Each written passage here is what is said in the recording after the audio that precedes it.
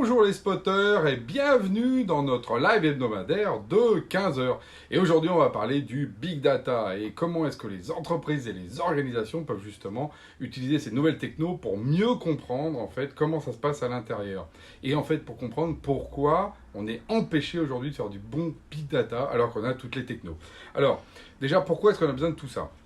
Parce qu'en fait, bon, prenons la rentrée. Là. La rentrée, on a envie de lancer plein de plans, plein de bonnes idées, avancer, et se dire, ouais, les équipes, on va faire ça, on va faire des changements, des fois à petite échelle ou des fois à très grande échelle. Et pour ça, comment on fait ?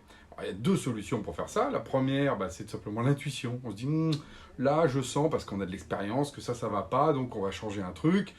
Les clients, on va faire tel nouveau process, on va changer le pricing, en interne, on va décomposer en deux telles étapes, etc. Donc ça, c'est l'intuition. C'est top, l'intuition, ça reste encore une machine, justement, machine learning la plus incroyable qui existe, sauf que c'est pas scalable. Vous pouvez avoir une intuition, mais ça dans l'organisation, vous n'allez pas pouvoir expliquer pourquoi. Donc c'est très bien pour soi, mais enfin, dès qu'on est un peu à large échelle, ça ne marche plus. Et donc il y a la deuxième, qui part un peu plus du quanti, qui est plus rationnel, où en fait on va partir des chiffres pour tout simplement trouver des corrélations. Ah bah oui, les gros clients, en fait, si on leur met pas deux personnes à la première réunion, ça part en cacahuète. Vous voyez, des choses comme ça.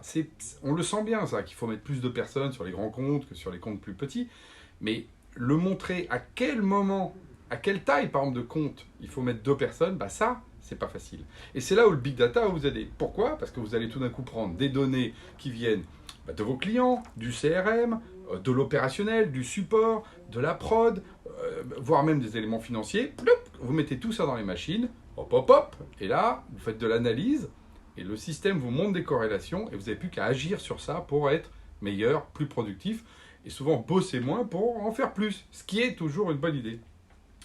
Sauf que, et c'est là où ça coince, tout ça aujourd'hui c'est possible, on peut faire ça sur les téraoctets de données, enfin c'est-à-dire que même souvent les gens font du smart data, sur de la petite donnée, mais là il y a un problème de gouvernance, et c'est là où ça coince. Alors qu'est-ce que ça veut dire gouvernance ? Ça veut dire qu'en fait quand on regarde comment les boîtes se sont organisées, il y a eu énormément en fait de baronnie, le fait qu'en fait les données du CRM c'est le responsable commercial qui les a, ou marketing, et puis la prod, c'est les gens de la prod, et tout d'un coup, la finance, c'est les financiers. Puis d'un coup, on dit, pour qu'on ait de l'intelligence, il faut que ces données se retrouvent ensemble dans le même système. Et là, c'est le drame. Parce que qu'est-ce qui se passe ? Vous allez avoir plein de luttes, à la fois politiques, mais aussi de peur.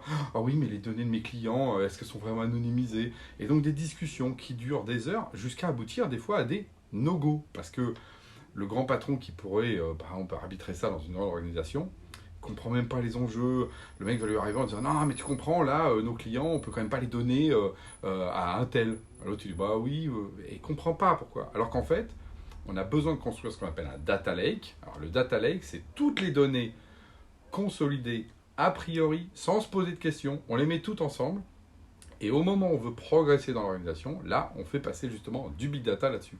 Mais pour qu'il y ait un data lake, il faut partager ces données. Et vous voyez, pourquoi est-ce que je vous parle de ça ? Parce que moi, déjà, à titre de chef d'entreprise, moi, aujourd'hui, j'ai mon petit data lake. Et donc, justement, au sein de Genspot, on fait beaucoup d'analyses parce que j'ai encore la capacité d'éviter ces baronnies-là. Point. Et puis deux, parce que finalement, le partage, c'est pareil dans la collaboration. Nous, dans le monde collaboratif, on a le même sujet. C'est-à-dire que quand les gens disent « Ah, il faudrait super un système pour que les gens puissent travailler mieux ensemble », si en fait on crée des silos, ça ne marche pas.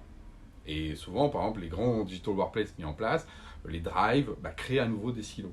Et nous, on arrive pour faire que ça change. Voilà. Simplement, c'est pour ça qu'il faut que l'organisation, et les grands chefs à commencer, et les managers, soient d'accord. Et c'est ça le problème de la gouvernance. Sont-ils d'accord pour partager ? S'ils ne sont pas d'accord pour partager le savoir, ça n'avancera pas dans nos systèmes collaboratifs. S'ils ne sont pas d'accord pour partager les données, c'est pareil, le big data, il sera tout small, parce que chacun dans son petit coin n'aura pas l'intelligence de l'information qu'il y a justement ailleurs. Donc ça, le progrès, il vient vraiment de cette capacité de mettre les données ensemble, de les faire fertiliser et de les mettre dans ce fameux data lake sur lequel, là, les technos sont utiles. Donc souvent, quand on dit la techno ne règle pas tout, c'est un exemple typique. Là, la techno, elle peut, si justement on a mis ensemble les data lakes.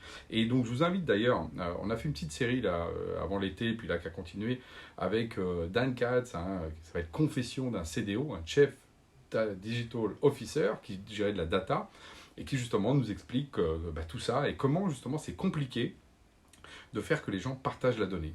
Qu'est-ce que c'est compliqué de faire partager les choses alors que c'est pour le bien collectif. On retrouve cette idée du commun. Comment est-ce que je fais du commun? Comment est-ce que j'obtiens, moi, justement, quelque chose de bien pour moi, dans un monde très égoïste, hein, dans le monde libéral, égoïste, centré sur soi?